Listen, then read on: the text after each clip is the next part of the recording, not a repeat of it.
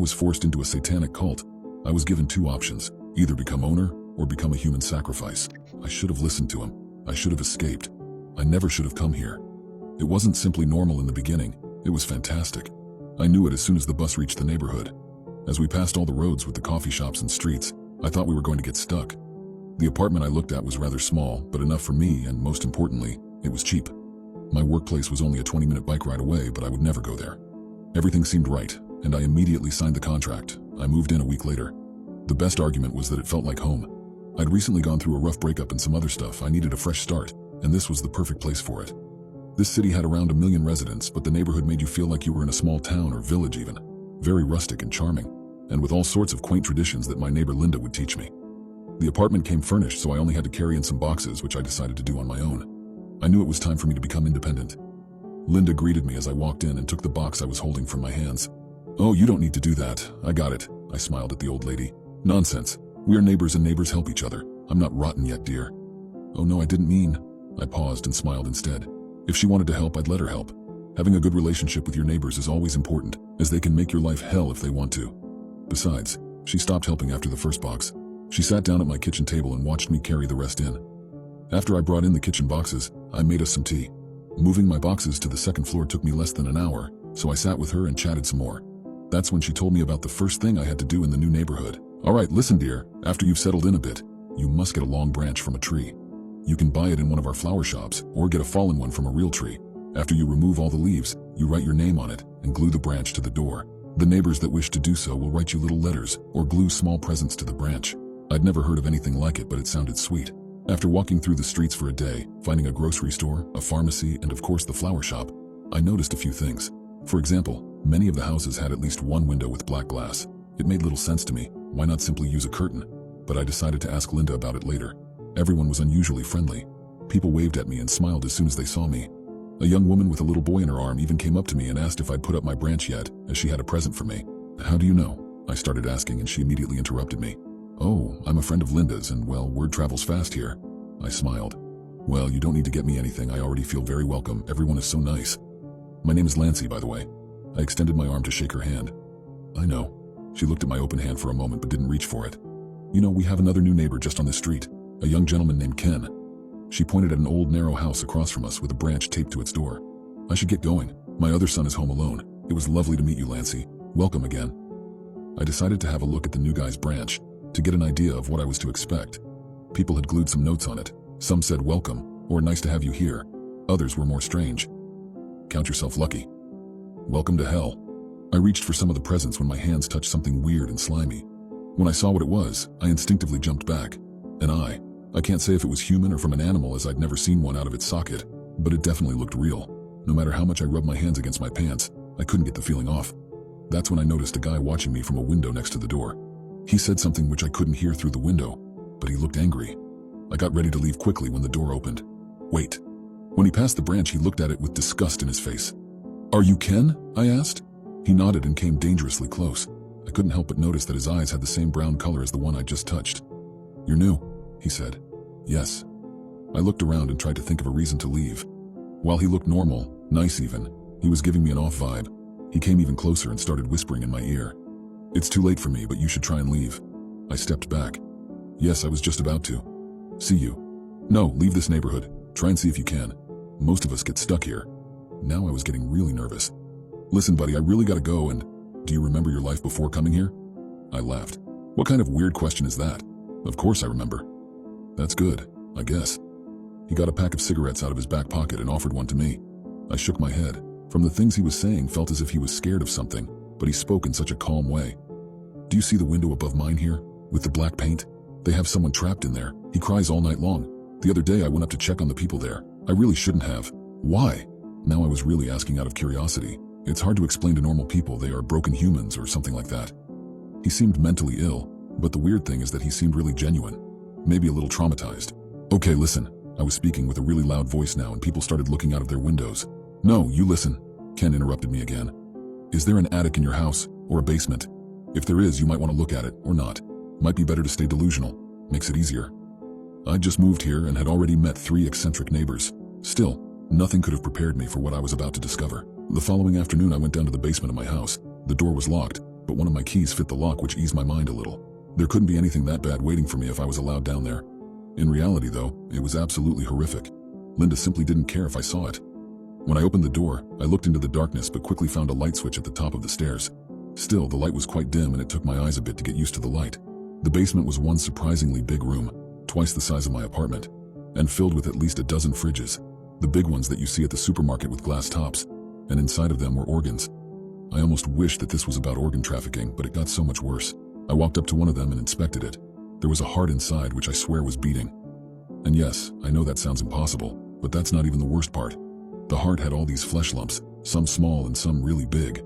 My stomach started turning and my brain was shouting to get the hell out when I heard someone coming down the stairs. Not everyone comes to live here. Some come to die, I heard Linda say.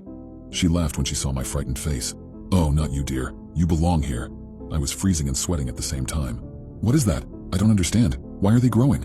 Well, humans sometimes die, and when they are still fresh, we take whatever we can from them. We can make new ones out of the individual parts. She grinned like a proud child. New ones? New humans? My stomach kept turning. I wouldn't be able to keep it in for long, but I also didn't want to puke in the room of growing organs. I had to look away. But how? She frowned. There are many different ways to make a human. It's not all science. We make sure all conditions are right, and then we pray. We do it our way, the way we were taught. I swallowed. Taught by whom? She rolled her eyes as if I just asked the dumbest question ever. The one who takes care of all of us. He is our leader and the leader of many more communities. Don't worry, you'll meet him soon enough. That's the last thing I wanted. This was entirely and absolutely absurd, but she seemed so sure. This woman was insane. She probably murdered people and experimented with their organs. Of course, no humans grew out of that. I knew I needed to get out of here, but I couldn't let her see how freaked out I was, so I kept asking questions. But how does it make sense? You murder one person and make a new one out of them. Why not use existing people, and this way we can make more. A brain makes a new one, a heart makes a new one, and so on. The more substance we have, the more different creatures we can create. They all serve different purposes. You see that by the way they look. Some look just like you and me. Others are nearly unrecognizable, usually the one made out of hearts or livers. Don't ask me why, but don't worry, we keep them hidden. She shrugged. Anyway, you don't need to know every single detail. You know, I almost feel like you're using me, pressing information out of me because you know I am lonely and like to chat. It is very cheeky and manipulative. I don't like it one bit. Being used. No, I'm just curious, that's all. I believe you are a very important part of this community. Sure as hell I am. She looked away, but I could tell that she was slightly flattered. You know, you don't need to act all high and mighty just because you forgot. Forgot what? Linda smirked. That you came to life here, grew out of a magnificent brain. One that our leader brought us himself. You are one of our most excellent copies, Lancy, and we are so glad you found your way home. I stayed silent. You can go now, boy. I can tell that you're too much of a prince to help with my work. I didn't need to hear more. I jumped up the stairs and went through the door. As soon as I stepped out, I started running. I tried to escape the neighborhood. Instead, I ended up at Ken's doorstep. He saw the look on my face and knew immediately. You can't leave, not as long as they don't want you to. Yeah, figured that one out. I bit my lip and looked around. I almost didn't dare to say those next words. Is it odd that I don't feel bad about that? I mean, I kept trying to get out, but when I couldn't, I wasn't really disappointed. It's like I belong. I know. He interrupted me. I feel the same way. I found a videotape in my parents' attic. I now know the horrifying truth about my childhood. I've witnessed some pretty horrific things in my life, but nothing compares to side B. I was born right in the middle of the 90s, 2 years after my brother. All the memories of our childhood were kept on VHS tapes. Tapes that we hadn't watched in almost 2 decades because no one still owns a VHS player. My brother Luke would soon turn 30, and I thought it would be a neat present to digitize all our old videos. My mom kept them inside a box in our basement labeled 1993 to 1999, A tapes. I had no idea what the A meant until I found the others. Our old basement was filled with all sorts of junk and memorabilia of the past years. Dusty basketballs with no air, our old inflatable pool, sneakers I could still wear if I gave them a decent clean. I got lost in there for hours, looking through all kinds of stuff until I stumbled upon the box that looked just like the first one I found. Except this one was hidden under a pile of old jackets. They were labeled 1993 to 1999 B tapes. At that point, I obviously had no idea what the difference between them was, and my parents weren't home, so I couldn't ask them. They'd gone on a cruise. I'd let myself in with the key I'd kept after moving out, so I brought both of them to my car. It took a week to transport all the boxes along with a USB stick with all the videos from the shop. I watched the first few, which were when I wasn't even born yet, just to check if everything worked fine. Then I put the stick into an envelope with a card, so our family could watch them together after Luke's birthday and after my parents got back. 2 days after the party, my brother called me. He didn't tell me what was going on, but commanded me to come over to his house as soon as possible. I'd never heard my brother sound more disturbed. What the actual hell, Max? My brother looked even taller than he was. Anger seemed to make him grow. I was a good bit shorter than him, paler and weaker. My dark hair was curly and chaotic. His was always styled right and had the color of honey. The only similarity we had were our hazel eyes. I watched that trash with Ellie. You think that's appropriate for a 2-year-old? Can you at least let me inside before you start harassing me? I have no idea what you're talking about. He moved to the side. Their living room was a mess, with toys, clothes, and crumbles everywhere. It's been like that ever since they got Ellie. It made me like my niece even more, bringing a bit of chaos into my brother's sleek life. Are Ellie and Jacob not home? He shook his head. They went to Jacob's parents. He's pretty angry with you, he sighed. Max, be honest. Why did you make those videos? Actually, a better question is, how? Huh? I moved a stuffed elephant from the sofa and sat down. I brought our old VHS tapes to a place, and I told you when I gave it to you. I thought you'd like to see them. Luke frowned. You look like you have no idea what I'm talking about. He got his laptop and sat down next to me. He opened a folder with 2 video files labeled Tapes A and Tapes B. Did you watch them? A few of the first ones. The A ones? I nodded.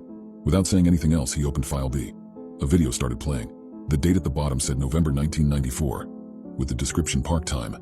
It started off with a dark screen, I thought at first, but as it turned out, it was just night. The quality wasn't great, but you could tell there were trees and you could hear the occasional howl of an owl. There is a similar video in the A ones. It's me. I just learned how to walk and we're in the park having a picnic during daytime. So what is this? I asked. Wait. Suddenly there was light. Somebody had lit a torch and shoved it into the ground. You couldn't tell who the person was because they only showed their back and it was still too dark. More torches followed, arranged in a circle. When it was done, someone came with a child that looked a lot like Luke when he was little and placed the baby in the middle of the circle. Even with the light, it still looked strange and blurry. There were voices, but I couldn't make out what they were saying. What the hell? I whispered. I was speechless and sick. Watching these hurt me inside and I can't explain how or why. It felt as if it was too unnatural for us to comprehend, a sort of filter that laid over the sounds. I wanted it to stop, but at the same time I was too curious. Luke looked at me with a concerned look on his face. I'm gonna fast forward to one with you in it. June 1997, birthday. This one was during the daytime in our garden, but things looked slightly different again. Colors were much brighter, almost neon. 2 boys appeared in the frame, probably Luke and me. It must have been my 3rd birthday, so Luke was 5. We were dressed in purple striped shirts and pants, but could only see our backs. We were running towards something that looked like a small bouncy castle, one that I don't remember ever having. We disappeared inside of it and the camera zoomed out further and further. And then all you could hear were loud screams, but they didn't sound like they were coming from children. When the 2 of us came outside again, the camera was still zoomed out, but you could still see that we were laughing and jumping. And there was something red staining our clothes and hands. Blood? I ran to the bathroom and threw up my lunch. When I got back, Luke was waiting for me with a bottle of water. Happened to Ellie as well. Kept throwing up but also cried a lot. I didn't like the idea that my tiny little niece saw that, and I found it strange that she had such a strong reaction to it as well. How was she able to understand that something was wrong? Because technically nothing really bad happened in those tapes. They were just disturbing. Luke, I swear, I have no idea what that was. All I did was grab the boxes with tapes. Do you remember that birthday? He asked. Are you joking? We went back to the living room. Luke had closed the laptop. I remember your 3rd birthday. Some of your kindergarten friends were there. Mom baked a cake. There was no bouncy castle and whatever else the hell that was. My stomach was still turning. I've watched plenty of far more gory stuff in my life. I have no idea why this affected me so much. Mom and Dad come back tomorrow. We need to talk to them, I said in a determined tone. But Luke knew me well and probably heard the fear in my voice. I'd never been scared of my parents before as far as I could remember. But I also knew that they'd been slightly particular when we were growing up. My parents had always been kind of eccentric. Our house was always full of strange art and they traveled all the time. Even then, they never hurt us. If anything, they neglected us a little. But I didn't remember anything scary ever happening. I can go alone. Look, Mom and Dad are a bit weird. It's probably some very strange art project of theirs. But either way, I want to know what's up with that, Luke said. No, I'll come too. Maybe they'll be angry that we found them. Max, they kept them in the basement in an unlocked box. They wanted us to find them, or at least they didn't mind if we did. I wasn't exactly afraid of my parents, but of all the things I couldn't remember. I stayed with Luke that night. Jacob and Ellie were still with Jacob's parents. The next day, we drove to our old childhood home. Luke and I had both stayed in our hometown after moving out. His house was a 20-minute drive from my parents. I lived a bit further away from both. When we reached the driveway, I saw my parents' car and felt a cold shiver. I wasn't sure how we should do this, what we would say. As it turns out, I didn't have to. Mom opened the door before we even rang the bell. Max, Lukey, how sweet of you to stop by. She came closer to hug us, but Luke gently pushed her away. Where's Dad? The 4 of us need to talk. Before my mom could answer, he marched to the living room where my dad was reading a book. What the hell are the B tapes? My parents exchanged a glance. They didn't even try to act like they had no idea. Sit down, both of you, and calm down. It's nothing bad, my mom said. My dad sighed and put his book away. Then he got up. If anything, they looked annoyed that we'd disturbed their day. Luke and I sat next to each other on the sofa, and my parents were standing in front of us. For a moment it felt like we were little boys again, getting in trouble for breaking something. Neither of you ever got hurt. We made them for a possibility, one that you didn't even get, my father said. Can you please talk less cryptic? I chimed in. It was the first thing I'd said. Those aren't real videos of your childhood, just remakes. For your audition tapes. They were searching for child stars. Luke didn't make the cut, and then we tried with you, Max. But neither of you was chosen. My mother took over. They? Who are they? And chosen for what? A movie? Luke asked. My parents exchanged another glance. Something like that. The filmmakers were looking for extraordinary children with specific instructions on how to show their personalities. The children that were chosen became part of this fantastic kids show, but neither of you were. Now Luke and I exchanged a look. I had so many more questions. Why would you do that to children that young? Why did you never tell us about it? And why did those tapes make us sick? But the atmosphere shifted after my parents explained it to us. Mom went to the kitchen and started cooking. Dad was blabbering about their trip. They acted like what he had seen was totally normal. That was the scariest part. How normal they thought those tapes were when they could even make a 2-year-old sick. I felt like I didn't even know my own parents, and I felt strangely out of place. Meanwhile, Luke looked like he would explode any second. Finally, he shot me a look and walked outside. I followed, and we drove off without saying another word to my parents. At first, neither of us said a word. I suppose we both didn't know how to deal with the situation. After a while, Luke parked next to a McDonald's. I thought he was just getting some food, but instead he turned to me with a serious look. There's something you don't know. When you were sleeping last night, I watched a few more of the tapes. I mean, they made me feel terrible, but I had to know if anything, really bad happened. I swallowed and Luke took a deep breath. Then he shook his head. There was nothing like that. The tapes are messed up, but in different ways. In ways that make you question reality. Okay. Now he was looking straight at me. You know how Mom said neither of us made the cut? To be cast? I nodded. Well, after 1996, there was a third child in the tapes. And the more I think about it, the more I'm starting to remember things. I know it sounds insane, but I'm wondering if we had another sibling that we forgot. As I got on my train, the train conductor gave me a strange list of rules. I woke up, head throbbing.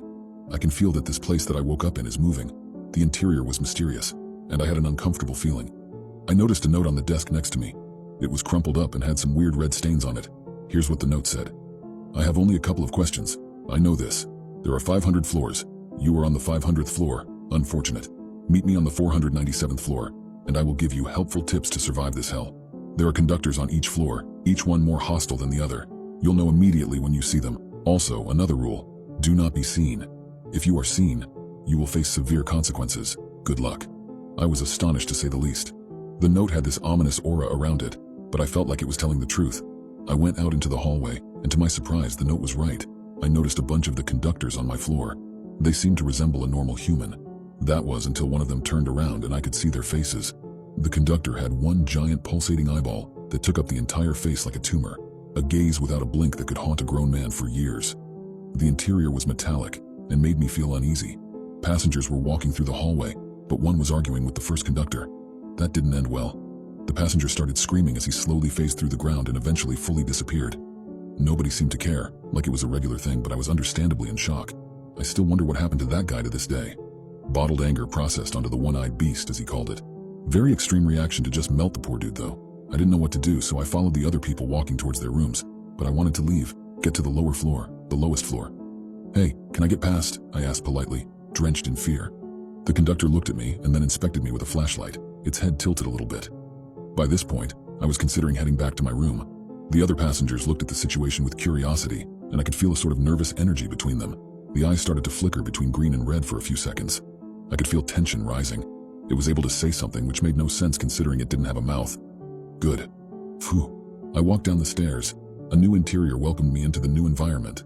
A singular sign saying the floor number, 499. The aforementioned interior was still hostile and unsettling. A crimson color started to fill the room, and I could feel my body filling up with dread. I then remembered the note. I shouldn't be seen from now on. I tried walking into a random room and started my new life. Then a person walked in. What the hell are you doing in here? I escaped from the floor above. Don't tell anyone, please. Keep me hidden from the conductor, I'm begging you. He pondered for a bit, his head tilted, until he accepted to keep me safe. I woke up, head throbbing, a sensation making it known that the place I'm in is still moving. The interior is still unsettling, but I started to get used to my surroundings. Another note lay on the table next to me, which read the following. You are making progress. Now here's the deal. I will keep giving you information, but only if you move one floor a day. If not, you will pay the price. Here's the next tip. Possibly your last. There are traps. Some floors are hallucinations. Some warp your mind to project your thoughts in them. Whatever you do, do not fall for these traps. If you do, you will be stuck there forever. Good luck. My new roommate walked in and noticed the note I was reading.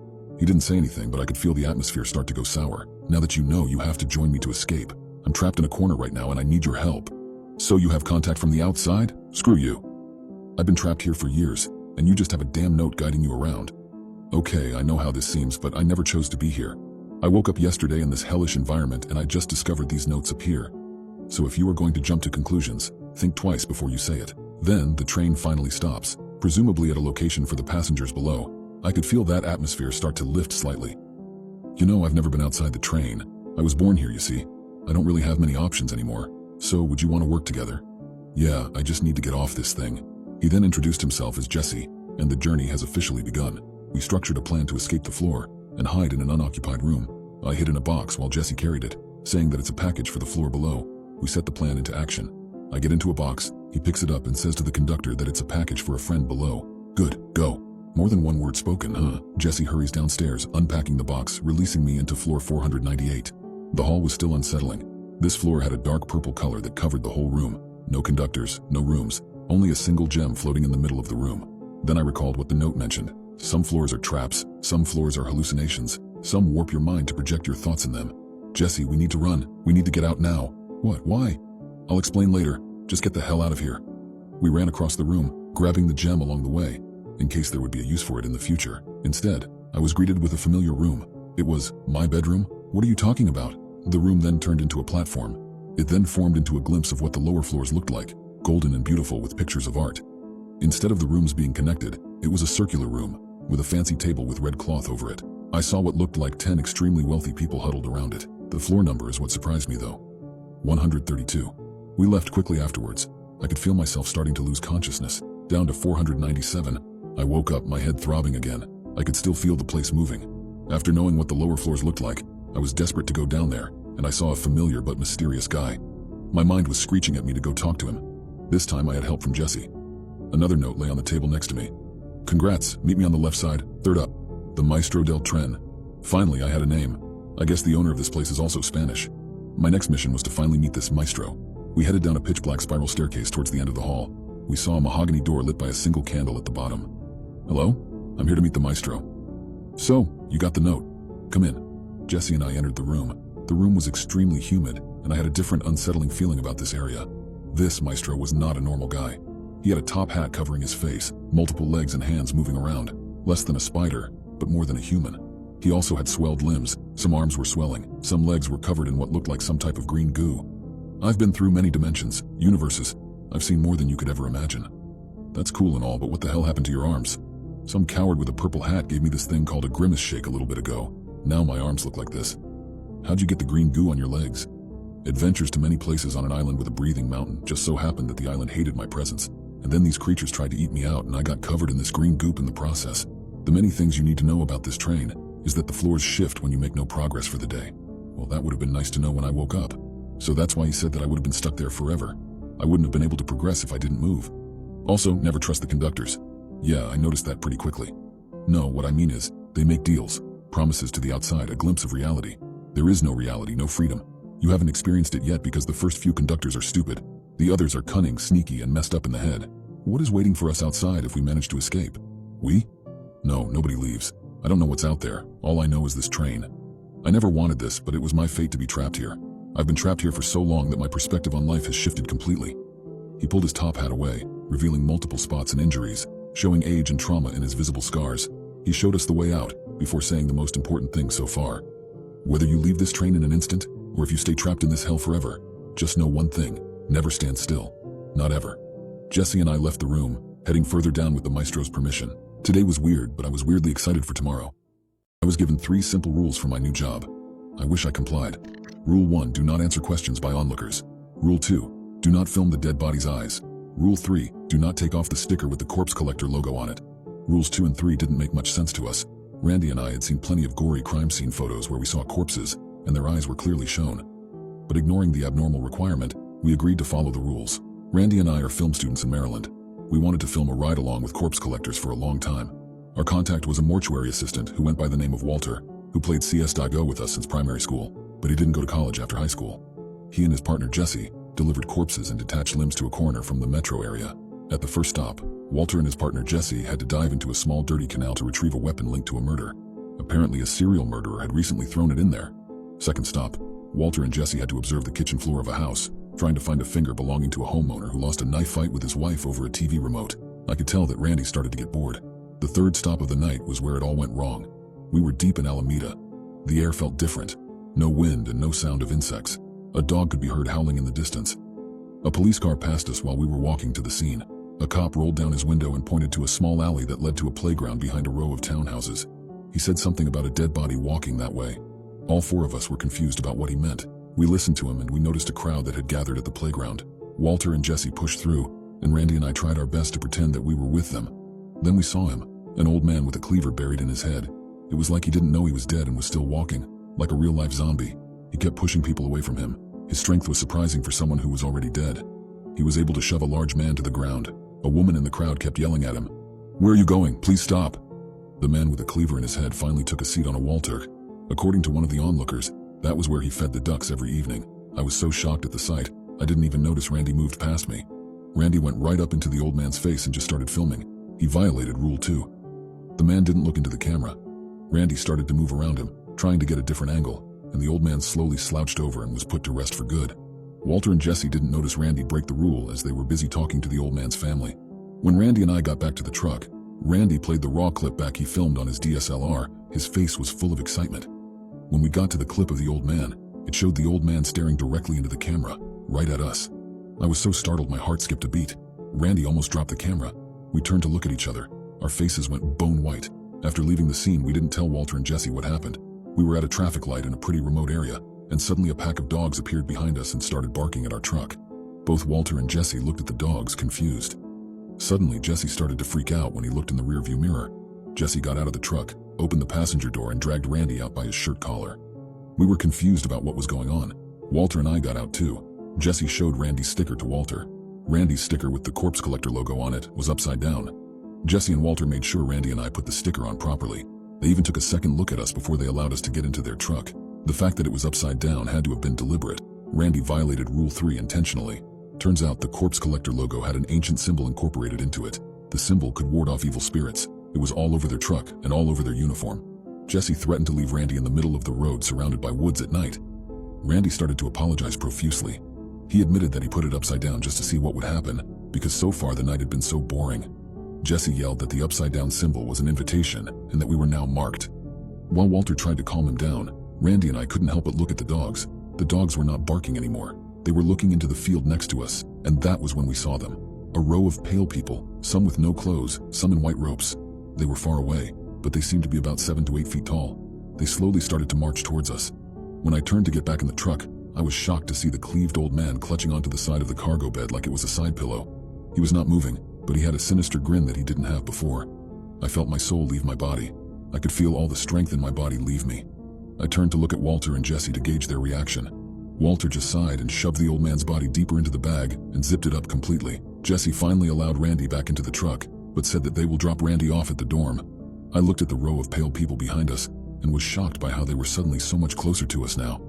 Up close, it was clear that none of them had eyes. While Jesse was about to go, a call came in. The dispatcher asked Walter and Jesse to go to a nearby school where a drunken man with a gun climbed onto a flagpole and was demanding to see his ex-wife. Walter, however, radioed in and said they have to make a detour and drop Randy off at the dorm first because he was marked by the evil spirits. I thought for sure the dispatcher was going to get mad, but the dispatcher just told Walter to be careful and not get the mark transferred to him too. I was amazed at how they talked about this so casually. Randy himself was quiet. He knew that Walter and Jesse didn't have to drive them back to the dorm, but they did anyway. Once we were on the road that led right to our dorm, Randy gained some confidence. He asked what it meant to be marked and if there was something he could do. Walter gave Randy a sticker with the corpse collector's logo on it and told Randy to put it on the door of his dorm room and not open the door for anyone. Randy jumped at the sound of the dog howling and he started to cry. Walter and Jesse were unmoved. Randy started to get angry and claimed that he heard what the dispatcher said, that he could transfer the mark to others. He started to rub the truck, thinking that was how it worked. Jesse shook his head and drove away as Randy shouted at us. We finally made our way to the coroner's office. As Walter and Jesse took the old man's body to the coroner, I waited outside, alone. Then on my phone, Randy sent me messages.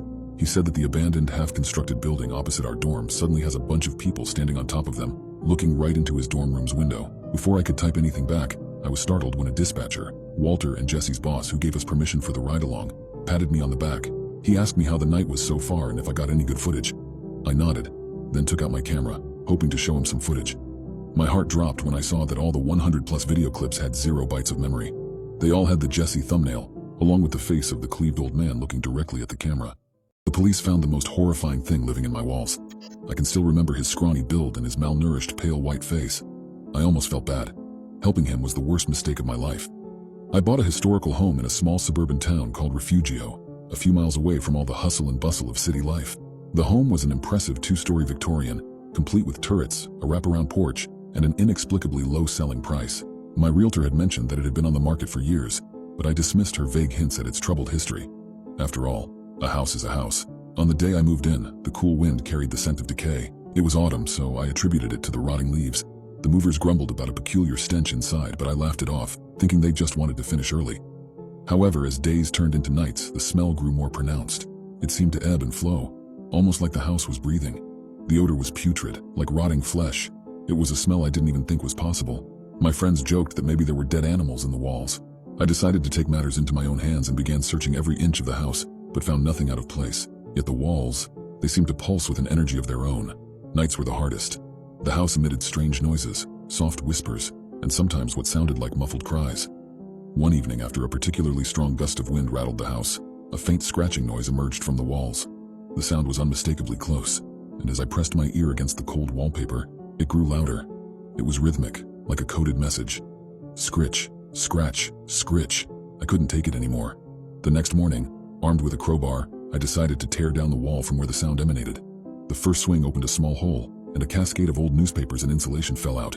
And then, to my horror, a skeletal paw tumbled onto the floor. I reeled back in shock. With trembling hands, I widened the hole. As layers of plaster and wood crumbled away, I uncovered a morbid sight. The wall was lined with the remains of animals, cats, birds, and rodents. Each was entombed, almost ritualistically, with newspaper clippings from various decades. The oldest dated back to the late 1800s. What kind of monster had lived here before me? My research began that day. Turns out the home had once belonged to a recluse named Albert Krein. Locals spoke of him in hushed tones, some even calling him a warlock. Legend had it that Krein would capture stray animals, claiming they were vessels of evil spirits. He believed that by sealing them in the walls, he was protecting the world from malevolent forces. One evening, as I was delving deeper into the town's archives, a frail old woman named Mrs. Whitman approached me. Her cloudy eyes were filled with tears as she whispered, "You shouldn't have opened the walls." "Why?" I asked. "Those animals, they weren't just walls for the spirits," she stammered. "They were barriers." That night, things took a turn for the worse. I was startled awake by the sound of frantic scratching. The walls seemed to be alive with movement. In the dim light, I saw shadows twisting and contorting into grotesque shapes. Whispers grew louder, turning into harrowing screams. The air grew cold, and I felt an invisible force pinning me to the bed. From the corner of the room, I saw a figure emerge. It wasn't Krein, but a spectral amalgamation of various animals, its eyes glowing with an otherworldly rage. As dawn approached, the entity receded, leaving me drained and terrified. The message was clear. By disturbing their resting place, I had unleashed something ancient and vengeful. But there was something even more unnerving. Nestled amongst the old newspaper clippings, I found a recent article about a missing local boy. And the date of the article, it was from 2 weeks before I moved in. It's one thing to unearth old sins, but an entirely different nightmare to discover they're still being committed. The article detailed the mysterious disappearance of a 10-year-old boy named Tommy. His last known location was near my house, playing near the woods that bordered the property. The article was dated only a couple of weeks prior to my move. The realization sent shivers down my spine. Did Albert Krein have a disciple? Was the evil tradition continuing? The next day was a whirlwind. I contacted the police and they arrived with sniffer dogs, hoping to find any trace of Tommy. As hours turned into days, no evidence was discovered, but every night the haunting grew more intense. The whispers grew louder, and the chilling specter of the amalgamated creature visited regularly. I began to suspect that Tommy was trapped within these walls, just like those animals. Mrs. Whitman, who had become my guide into this dark mystery, mentioned an old ritual passed down in her family to trap restless spirits. She believed that the combined souls of the animals were trying to protect me from whatever malign force had taken Tommy, but they were weakened after being disturbed. The ritual involved creating a protective barrier using the ashes of the trapped entities. Under her guidance, I gathered the remains of the animals and respectfully cremated them. We drew symbols around the house using their ashes. Mrs. Whitman chanted in a language I didn't recognize, and as she did, the atmosphere grew heavy. The shadows twisted and shrieked, resisting her incantations. Hours passed, and the battle between the old woman and the unseen forces seemed evenly matched. But as dawn approached, there was a deafening silence. The spirits had calmed down. But for how long? Mrs. Whitman, exhausted, turned to me. "The barrier will hold for now, but you must find the boy. He's the key to sealing this evil forever." With renewed purpose, I combed every inch of the house and property. Days turned into nights, and just when I was about to give up, I stumbled upon a hidden basement door beneath an old rug. It was locked, but determination gave me the strength to break it down. Inside, the scent of decay was overpowering. Chains and old talismans hung from the ceiling. In the center, there was a small cage, and inside it, the frail form of Tommy. He was alive, but weak and terrified. I quickly freed him and called the police. In the days that followed, they unearthed a gruesome scene. The house had been the epicenter of numerous disappearances over the years, not just animals, but occasionally humans as well. With Tommy's rescue and the spirits appeased, the hauntings ceased. The house, once a prison for tortured souls, seemed to breathe a sigh of relief. Months later, I sold the property with full disclosure of its past, ensuring it would be turned into a memorial site. Tommy recovered, but Refugio would never forget its experience with the sinister forces that once held it captive. As for me, the experience left an indelible mark. While I had escaped the clutches of a dark history, the memories would remain forever etched in my mind. But I took solace in one thing. In the battle between good and evil, I had played my part, and for now at least the darkness had been held at bay. My stalker has been following me for the past 5 months. I never thought I'd be in bed sleeping with him. I was being stalked a few months ago by a creepy older man that I now realize could be extremely dangerous. I've heard stories of this happening to other innocent girls. What the hell am I going to do now? Hi, so sorry to bother you. I'm trying to find Sunny Cafe. Isn't it here somewhere?" were the first predatory words that the man said to me on my walk home from school. I couldn't tell his age, but he had a head full of beautifully tousled hair and an invitingly shy smile. He was trying to carry some medical books, but seemed to be struggling as one of his arms was encased in a cast that had a few words written on it, one of which was followed with a squiggle on heart. The other muscular arm had a sleeve rolled up and showed off some tattoos that I couldn't clearly make out. It's just around the corner up here. Can I help with your books?" I asked stupidly. Why the hell did I do that? I didn't even know this man. He was tall and cute in a goofy, mischievous way, but I shouldn't have let my guard down, arm cast or not. Right. Yes, that would be fantastic. Thank you. I took the man, who told me his name was Clive, to the cafe. It's easy to miss because the shop location doesn't match the address associated with it. Maybe it moved recently, I don't know. I don't really like coffee, so I didn't get anything. We talked for a bit in the cafe, but I told him that I had to get home. My protective parents would be worried about me if I stayed out too late. He laughed and said he understood. Then he said something that infuriated me. He said that I reminded him of his younger sister. To this day, I still don't know why I exchanged contact information with him. Once I did that, I felt like my fate was sealed. We chatted for weeks about silly things, where we were from and what games we liked to play.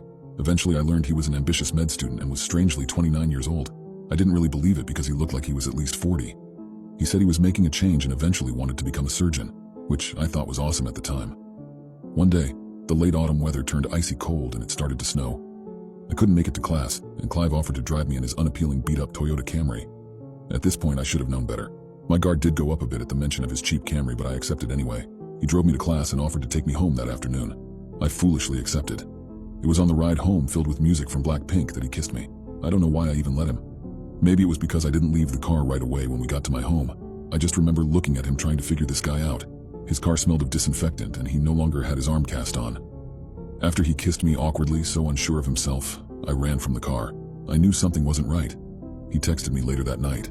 I ignored him, but he didn't let up. He texted me over the next few days, and although I didn't respond, I just couldn't get him out of my head. He was so cute, but something about his strange car with unrepaired dents seemed off. Something just didn't feel right. Also, why did it smell of disinfectant? I kept thinking, what should I do? Should I tell my parents? My overprotective dad would have freaked out that this older man was harassing his young daughter. It wasn't right, but I couldn't help but feel guilty. Eventually, I responded and told him I just wanted to be friends. He seemed fine with that, and we went back to texting memes and silly things back and forth. I sent him a pic one day of me at my computer, and I realized that I was showing off a little too much skin in the picture. He responded and said that I looked stunning and that he didn't know why I always felt that I should cover up. He told me I was beautiful and that I had nothing to be ashamed of. It made me feel good, but I still had the uneasy feeling and I couldn't be so sure it was sincere. He texted me a picture of himself without his shirt on, and in the background, I saw something truly frightening. In the background was a human anatomy textbook. I couldn't be sure, but it looked like there was even a scalpel next to the textbook. This may have seemed normal as he was studying to become a surgeon, but the cover of the textbook looked exactly like me. I freaked and eventually told my dad, who was a religious minister, and he immediately flipped out. He did a background check on Clive and learned he had a criminal record. He has a DUI and he's also a registered sex offender, he said. Now I knew that he was absolutely dangerous. Now I don't know what to do. Last week, before I told my dad, I invited Clive to my birthday party that was at the end of the month. I know I could have just revoked my invite to him, but I feared that dangerous guys like that can't take no for an answer, and he might hurt me. I was lost in thought and didn't know what to do. No matter what happens, I refused to be afraid. There was no way I was going to let a predator like Clive ruin my 19th birthday. I decided to message him that something came up and I had to cancel my birthday party. He responded saying that he understood and that it was no big deal. I was obviously lying and I still had my birthday anyway. I thought everything was fine and I was having a great time until I looked towards the window. It was Clive. He was staring straight into my soul, and he was also holding what looked like a scalpel in his hand. I freaked out and ran into my room and locked the door. All my friends were confused and tried to get into my room and help comfort me, but I wouldn't open the door for anyone, not even my own parents. I managed to fall asleep that night, but not for very long. In the middle of the night, I woke up to the sound of my window creaking open. It was pitch black and I couldn't see anything, but I did see something reflecting off of the light from the moon.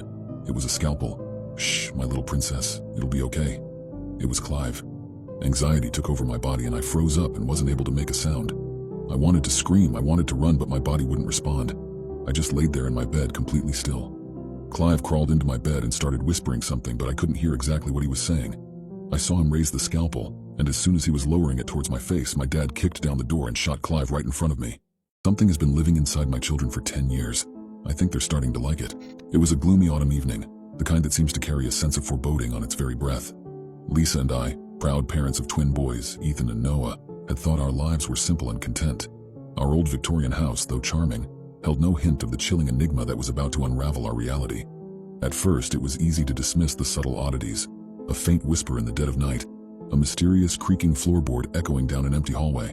I brushed them off as tricks of my own imagination, attributing them to the stress of our recent move. But with each passing day, the strange occurrences multiplied, growing bolder and more unsettling. Toys began to shift on their own accord, the walls echoed with eerie laughter, and our once joyful home seemed to darken with an inexplicable shadow. It was as though an unseen force had woven its presence into the very fabric of our lives. What disturbed me even more was the striking contrast between our twin boys. Ethan was a quiet, introspective soul, while Noah exuded a mischievous and boisterous energy. Their eyes, though, held an enigma that sent shivers down my spine, one a captivating blue, the other an abyssal brown. Those eyes seemed to flicker and dance like gateways to a realm unknown. As the days wore on, my conviction solidified. One of our sons was being consumed by a malevolent entity. Desperation led me to share my fears with Lisa, but she dismissed them as products of my own anxious mind, attributing my apprehension to the unfamiliarity of our new surroundings. A restless night prompted me to take action. Cameras were installed in the twins' room, a desperate attempt to capture the truth behind these paranormal manifestations. The morning after, I steeled myself for what I might witness. As I reviewed the footage, my heart sank. The room was dimly lit, the twins seemingly asleep in their beds. And then it happened. Both boys snapped awake in eerie unison, their eyes radiating an unnatural glow. Their voices, once innocent, now resonated with an unsettling, deep resonance. "We know what you fear, Father," they intoned, their harmony sending icy tendrils down my spine. Overwhelmed by terror and helplessness, I couldn't bear to watch any longer. The video was shut off, leaving me grappling with the malevolent puzzle that had overtaken our lives. My attempts to decipher which twin was ensnared by the entity seemed futile, as it reveled in switching their behaviors and appearances with a sadistic glee. The twins' unnerving game pushed me to the edge, making me doubt my own sanity. My once vibrant social life and steady job crumbled as I delved into the arcane.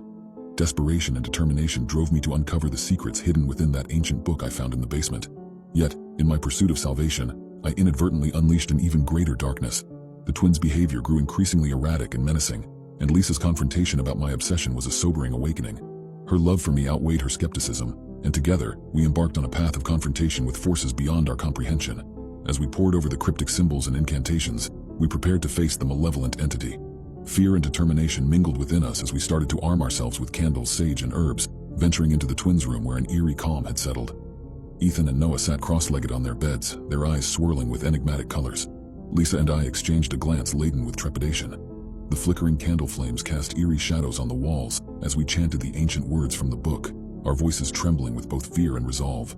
The room seemed to quiver with ominous energy as our incantation reached its zenith. The twins' eyes blazed with an eerie light, their sinister smiles mocking our efforts. Just as doubt began to claw at us, a gust of wind extinguished the candles, plunging the room into a darkness so profound that it felt like a living entity. Panic surged within us, threatening to drown us in its suffocating grip. In the stillness, a whisper emerged, resonating through the darkness, claiming its space in our reality. "Fear not, For it is not your children who are possessed." The voice echoed from the shadows. My heart raced as Lisa and I turned, our breaths caught in our throats. A dark figure emerged from the corner, cloaked in shadows with eyes gleaming malevolently. "We feed on fear," it hissed, "and your torment has nourished us." Terror held us captive, but a fire of determination ignited within. If not the twins, then who was possessed? The truth chilled us to the bone. I was the one ensnared by fear, unwittingly attracting this malevolent force with my doubts and anxieties. "Release your fear," the entity warned, its presence a sinister specter, "or we shall consume you." In that moment of darkness and despair, Lisa and I faced a pivotal choice: to succumb to our terror or to summon every ounce of courage we possessed. With trembling resolve, we released our fears, drawing strength from our love for our sons and our unyielding bond. The entity recoiled, its form faltering as our courage blazed bright. It writhed and thrashed, fighting to maintain its grip, but the light of our bravery held steadfast. With one final surge of determination, Lisa and I banished the malevolent entity to the shadows from whence it came. The room fell into an eerie calm, the twins' eyes returning to their familiar colors, innocence reclaimed. Relief washed over us as we held our sons close, the weight of the ordeal slowly lifting. We had triumphed over the darkness, but its echoes lingered like phantom scars etched on our souls. In the aftermath, Lisa and I made a crucial decision. We decided to leave the Victorian house behind and seek a new beginning in a different city. The malevolent entity was to remain a chapter left behind, an enigma for others to unravel. The experience left an indelible mark on my psyche, revealing that true evil can manifest from the depths of one's own fears. It was a haunting realization that would stay with me, a stark reminder of the fragility of our minds and the potent allure of darkness. As the years rolled on, the twins grew up in a new environment, shielded from the horrors that once plagued our lives. Lisa and I were determined to give them a childhood free of fear. Yet in quiet moments, I couldn't help but wonder if the malevolent entity still lingered in the shadows, waiting for another opportunity to prey on human frailty. The memory of being ensnared by my own terror remained a chilling reminder that the line between light and darkness can blur, even within the confines of the heart.